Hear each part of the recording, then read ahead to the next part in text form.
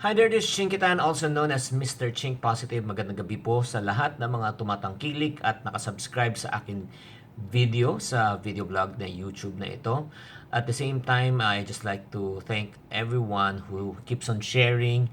At the same time, nilike lahat yung mga post na ito because it brings me so much fulfillment, specifically kung alam kong nakaka-encourage sa mga tao. Pero itong gabing ito, may topic na gusto kong i-share sa inyo. Anong gagawin po natin kung matigas ang ulo ng mga taong nakapaligid sa inyo?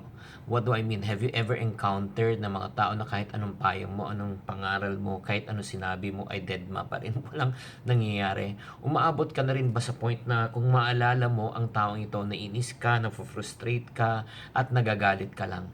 May mga tao talaga, aminin man natin o hindi, nalilikha na talaga matigas talaga ang ulo, na kahit ano pang sabihin mong payo na alam mong makakatulong, talagang binabaliwala nila. One-track-minded sila, na humahanap sila parati na nakakampi, na parating feeling na nila na inaapi mo, di ba? At kung kinukontra mo yung mga kagustuhan nila, sumasama ang kanilang kalooban at sinasabing ikaw pa ang nega imbis na sila. Di ba ang gulo? Nakakahilo, napapakatanong ka tuloy, ano ba ang dapat kong gawin sa mga taong matitigas na ulo pagdating na lang sa paghihingi? Lalo na, pag ito ay agrabyado, alam mo gagawin? Hihingi ng tulong sa iyo at ikaw naman ulit ang takbuhan.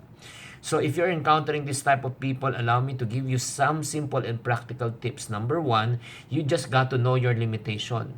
Yes, humihingi sa iyo ng tulong, nilapitan ka. Yes, siya mismong humingi ng payo sa iyo. Kaya lang, nanggagalaiti ka pag ikaw ay nagbibigay na ng payo at dinededma ka. So in other words, hindi mo sila hawak sa leheg, you are not in control of them, so you just got to know your limitation. So just be calm, no? Do not be exasperated, huwag kang mainis, huwag kang magalit, huwag kang mabad trip, huwag kang mapikon sa mga taong ito. You got to know your limits. Number one, may limitation. Number two, is what? Learn from your mistake. Minsan kailangan talaga, no?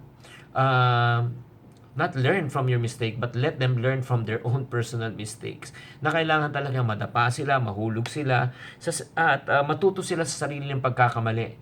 Kaya ang advice ko na gusto ko ibigay sa inyo, minsan, humihingi ito ng mga advice ng mga taong ito, pero alam mo nangyayari, bago pa humingi ng advice po sa atin, buo na ng kanilang pasya. They're just looking for someone who wants to agree with them. Yung aayuda ba sa gusto nila? These people are not seeking advice. They're just looking for people who wants to agree with them. So, if you encounter this type of people also, no, just let them be. No? Let them learn from the mistake. And last but not the least, you and I can do is what? Actually, we cannot do anything but to pray for them. Kapag dumadating na tayo sa punto na napupuno na tayo, naiinis na tayo na apektado, hindi na sila. No? Never allow this type of people to affect you negatively. Instead, you spend time on your knees to pray for this type of people. Include them in your daily communication with God. Present your request to God, no? Lalo na kung ito ay anak mo, lalo na kung ito ay asawa mo, lalo na kung ito ay kasama mo sa trabaho.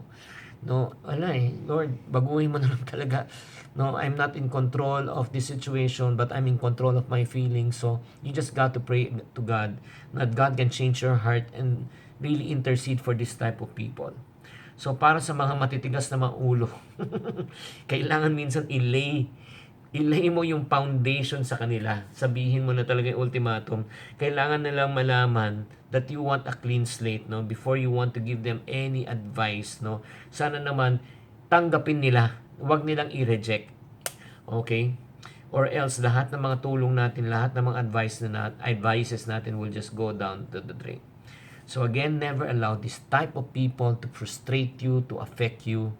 You just got to know your limitation. You got to allow them to learn from their mistake, and you just got to pray for these people. Now, ito yung tanong ko sa inyo, may mga tao ka bang nabigyan ng payo pero hanggang ngayon hindi pa rin nakikinig? Ano nagiging reaction mo? Question, is it bringing out the best in you or is it bringing out the worst in you? If it's bringing out the worst in you, there is something wrong, my friend.